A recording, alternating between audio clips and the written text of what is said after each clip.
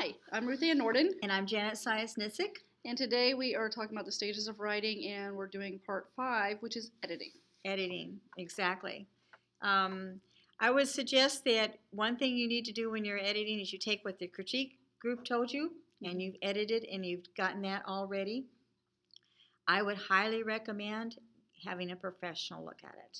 And this is going to be trial and error for some people because one editor doesn't fit all. Exactly. Some editors work better with certain personality types. It's just personality types.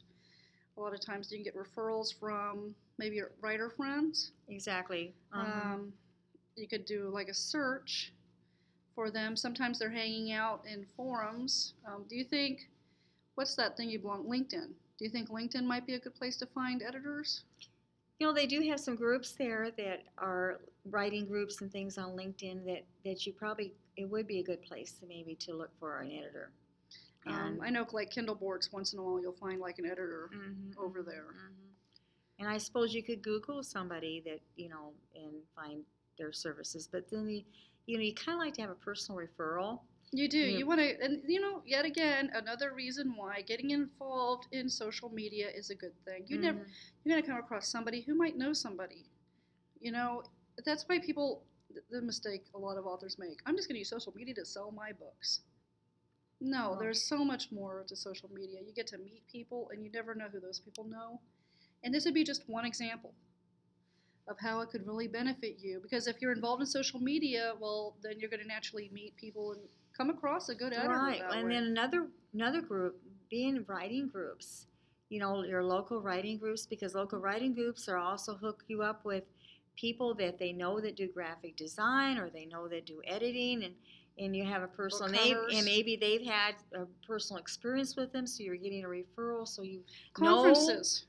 Yes, conferences are awesome. Sometimes Sometimes editors go to conferences, and you'd be surprised at who has a business card and they're willing to look over. But see, a couple years ago, you got somebody who was going into editing at a conference.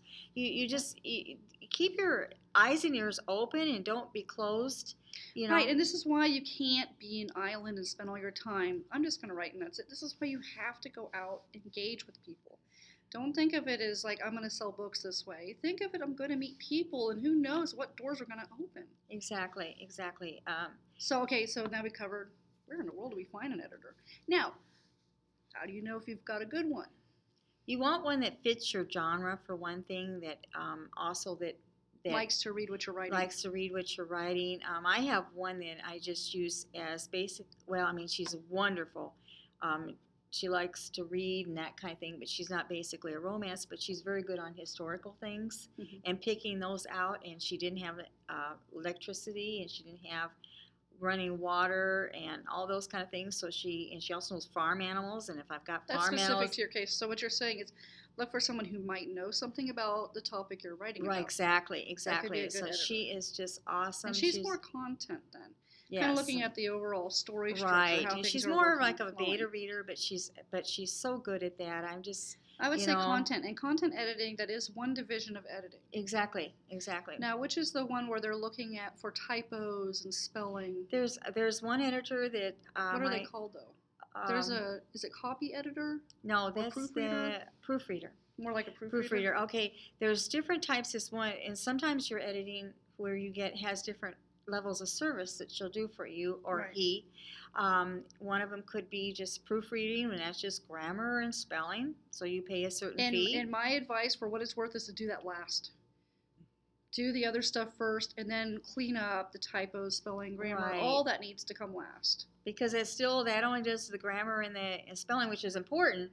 But if your story is got holes in it, they aren't going to catch those kind of things. The inconsistency. Yeah, that's not their job. They're not going to look at that. So then she has another level, which is copy editing, where she does not only that, but she looks at maybe whether you could have a reaction here by a character or a thought here by the character. She's very good at, since she is a romance author herself, she's very good at looking at historical accuracies. How does that help with romance?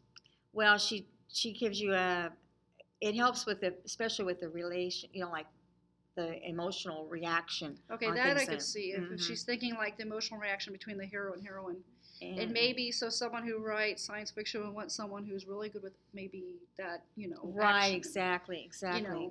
whatever else is involved in that genre. So that's really good. And then she's very good at, when I don't hit the mark on what happened in that time period. Well, that's more historical though, but right, I mean, you're talking about like genre related. So like say like a detective story, maybe an editor who knows his way around crimes, like procedures that detectives would do. Well, and just like this one person in a group that she writes some stories where the person passes away, dies or killed or whatever. What is the process after death? If you have somebody, well, people have, morticians. I mean, what happens? Morbid. So it's kind of morbid, but you kind of need to know that because believe me, there's somebody out there that will know that. And then she has another level that is really content editing, and she looks at your whole manuscript, the whole thing.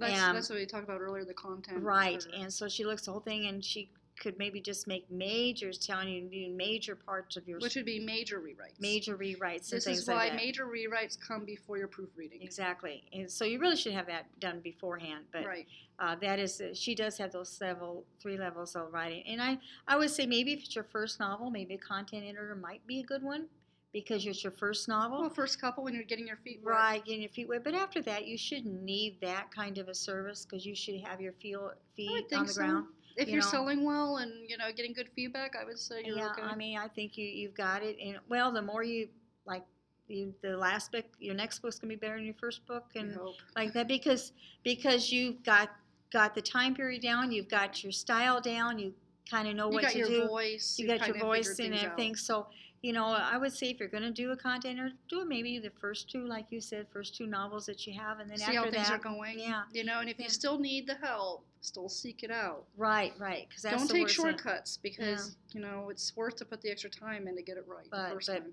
Pay for a professional. Just pay for. I agree. Seek out one that's actually professional and does their job.